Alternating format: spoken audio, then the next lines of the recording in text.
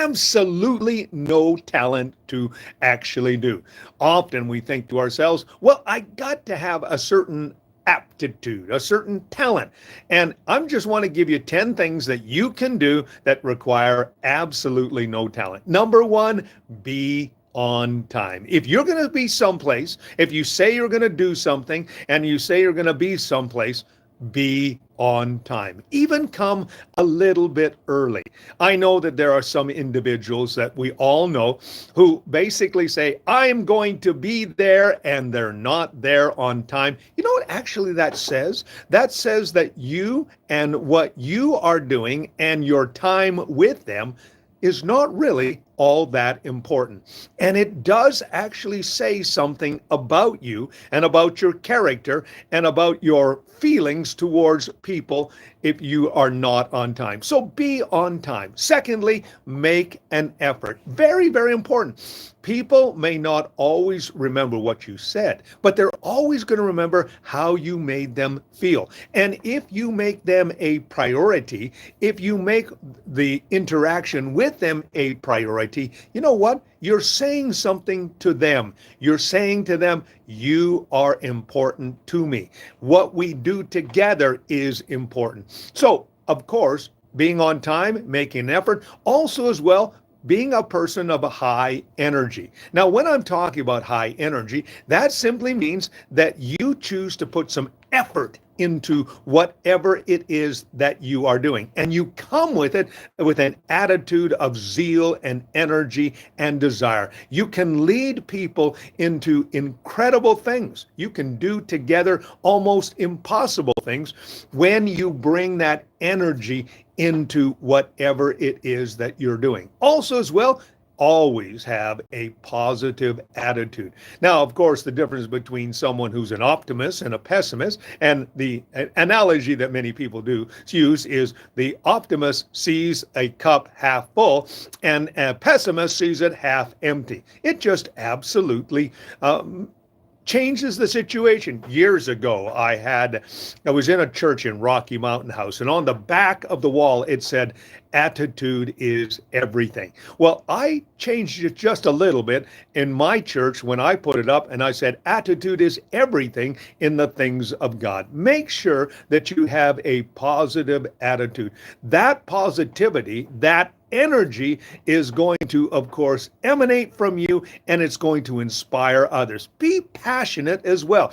Whatever you're doing, be passionate about it. I know, for example, I love riding motorcycles. And when you talk to me, yesterday, of course, I was having a conversation with a guy who had a shirt that said Harley Davidson. Well, of course, we began to talk about motorcycles because he's passionate about motorcycles and I'm passionate about motorcycles. And we had a wonderful, lengthy conversation. You need to be passionate about something. For me, of course, it's the things of God, and you know, giving some positive ideas and some positive thoughts. You know, be passionate about whatever it is that you're passionate about, and make sure that it is also a good thing. You can have passion about a bad thing, and that bad thing can actually, you know, be a path to destruction. So make sure that what you are passionate about is something that is positive, something that is brings energy and effort and time into the situation. Also, as well, always use good body language. You know, we say a lot by what we say and the facial actions that we have. For example, if someone does something, I don't know about that, it definitely has an effect. I'm a grandfather, and I'll go, hey. And instantaneously, my grandkids are, you know, basically ready to go. My grandson, whose name is Lewis, he's 4 years old. And every time I see him, I walk in and he looks and he says, Grandpa, take your glasses off. And what that simply means is that we are about to rumble. And I'll say, let's get ready to rumble. And, you know, that body language is so important. It actually tells us a lot about ourselves. For example, if you have your hands or your arms crossed over, basically you're saying to someone, you know, I'm close to you at this time. And you can have, different expressions. For example, if the Bible says in First Timothy, I want you to raise holy hands unto God, which is without wrath and without malice. Our body language also says an awful lot about how approachable or how unapproachable we are. Also, as well, be coachable. That means, of course, allow people to speak into your life. You can learn anything from just about anyone, but you have to be approachable. You have to be coachable.